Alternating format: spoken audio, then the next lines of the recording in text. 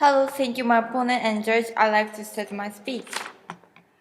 Since space exploration began, mankind has considered ways to minimize the contamination of outer space.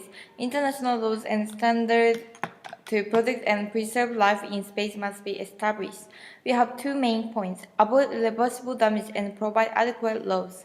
Let me explain our first point: avoid irreversible damage. From a scientific point of view, bringing biological matter from the Earth to another planetary body can severely damage its pre-existing environment, especially when searching for extinct or existing life.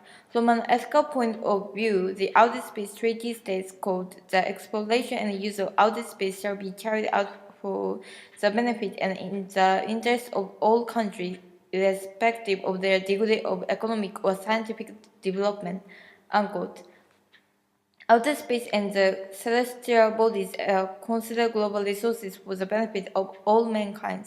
Therefore, we have an ethical duty to protect space from contamination, just as we declare agricultural items traveling in and out of Hawaii and New Zealand to keep native ecosystem safe. We must be careful with what life we bring into space. In the future, interplanetary and interstellar contamination might become a threat to spread infection or aggressive life forms into a new environment that is not prepared for them. Recently, there are plans to explore, colonize, and mine on planetary bodies. These pose a severe contamination threat. If conducted carelessly, this operation could irreversibly damage the pure environment and ecosystem of the planet. The search for extraterrestrial might become impossible. We might never be able to answer mankind's oldest question: is there other life out there? Our second point: provide adequate laws. Provide adequate laws. Looks at this issue from a legal perspective. The Outer Space Treaty is inadequate. Article 9 is the only article that discusses contamination, and the treaty does not consider private space exploration. Space is becoming more and more privatized. In 2015, the United States passed the Space Act to boost the space industry.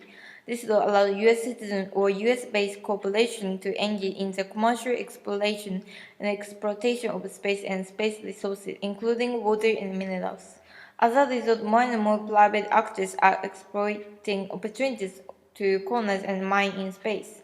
The current Outer Space Treaty does not cover private missions precisely, so we have no way of protecting the contamination of celestial bodies from private companies and actors. Therefore, we must incorporate an overriding ethical obligation to protect and preserve extraterrestrial microbial life and ecosystem. Space is no belongings. If ecosystem blocked by us, ecosystem will take a damage. So we have to protect ecosystem and environment by laws.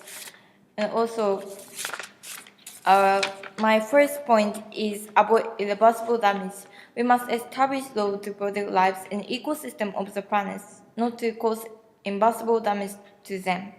My second point is provide adequate laws. We must protect extraterrestrial lives from exploration and exploitation of space and its resources by private companies and actors. So therefore, we affirm.